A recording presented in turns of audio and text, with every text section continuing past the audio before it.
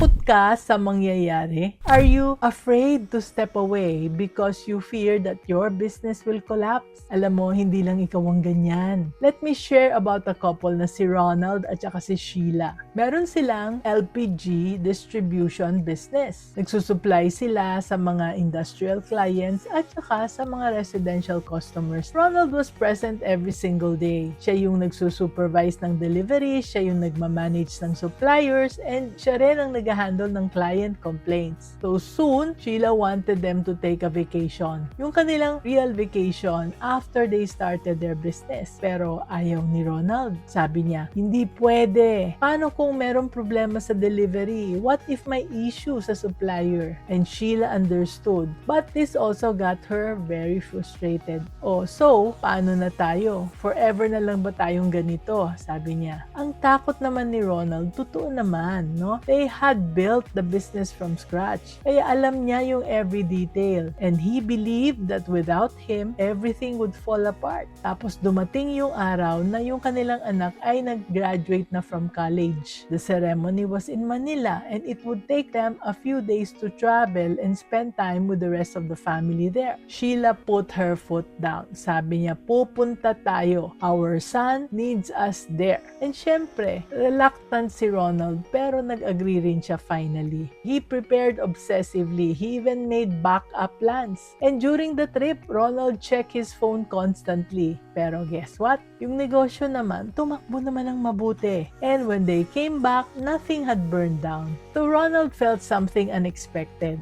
Relief and a little embarrassment. All the time, I thought I was irreplaceable pero kaya pala nila, sabi niya. So, what this teaches us, yung ating fear of leaving keeps us trapped. But the business is stronger than we think. So, test it, step away, and you might be surprised. Anak, being trapped in your business is not a badge of honor, ha? It is a warning sign. Hindi ka nag-build ng company para maging slave nito. You built it to have freedom, security, and options. Pero freedom does not happen by accident. It happens when you deliberately design systems na hindi na nagni-need sa iyo every second.